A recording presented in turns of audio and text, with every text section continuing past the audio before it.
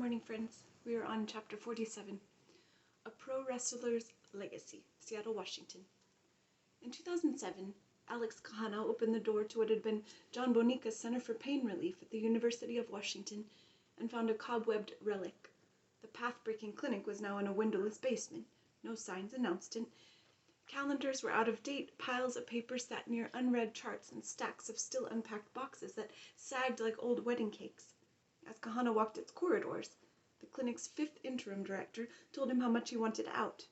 This was what remained of the world's first pain clinic. The concept of pain is a disease, a topic worth study, originated here. So too did the idea that chronic pain had many causes and thus needed not just drugs, but occupational, physical, and psychological therapy too. Even social workers had a role. Bonica, the anesthesiologist and former pro wrestler, had founded the clinic. He wrote a classic pain management textbook from what he learned. He retired in 1977 and died in 1994. Later, his disciple, Dr. John Lozier, expanded Bonica's clinic. Hundreds of clinics followed across the country, but insurance companies gradually stopped paying for the services that made the clinics multidisciplinary. Prescription pills were easier and cheaper, and at least for a while they worked well. In 1998, Lozier resigned as the multidisciplinary clinic was marginalized at the school that had invented the idea. A decade later, Kahana said, it was as if the clinic didn't exist.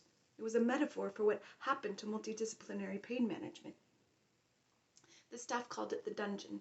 Stepping through this wreckage was a bittersweet moment.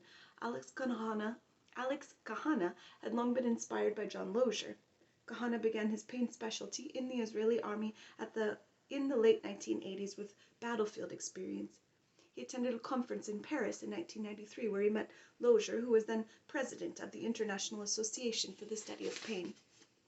Kahana remembered Lozier's message, that pain is the essence of what we do as doctors, that relieving pain is basic medicine. He spoke about Bonica being a military physician who, after witnessing the suffering of his wife during childbirth, decided to create modern pain medicine. And to do that, you had to be multidisciplinary. That inspired Kahana. Years later, when the University of Washington asked him to resurrect the clinic, Alex Kahana knew its importance in the history of pain management. Succeeding Bonica and Lozier was a dream come true, but he saw why the school went abroad to find someone to take the job. It was a completely broken system that no one would touch, he said. Kahana wrote a 43-page contract committing the school to a new above-ground clinic. He wanted windows and the walls made of natural materials and painted with soft colors.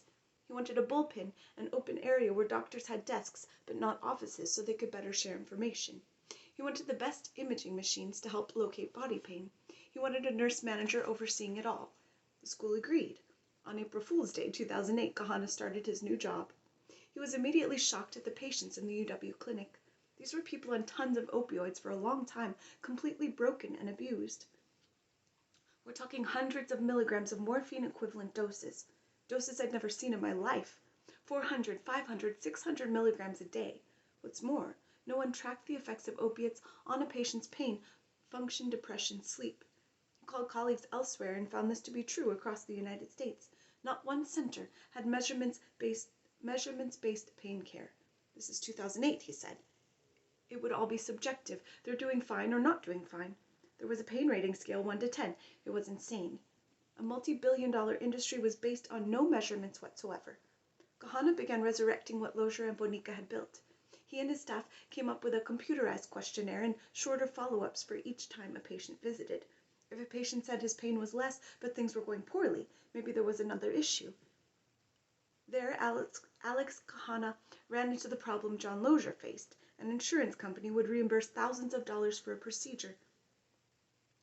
But Kahana couldn't get them to reimburse $75 for a social worker, even if it was likely that some part of the patient's pain was rooted in unemployment or marital strife. Nobody thinks those things are of value. Talk therapy is reimbursed at $15 an hour, Kahana said, but for me, to stick a needle in you, I can get $800 to $5,000. The system values things that aren't only not helpful, but sometimes hurtful to patients. Science has shown things to have worked and the insurance companies won't pay for them. Have a good day, friends.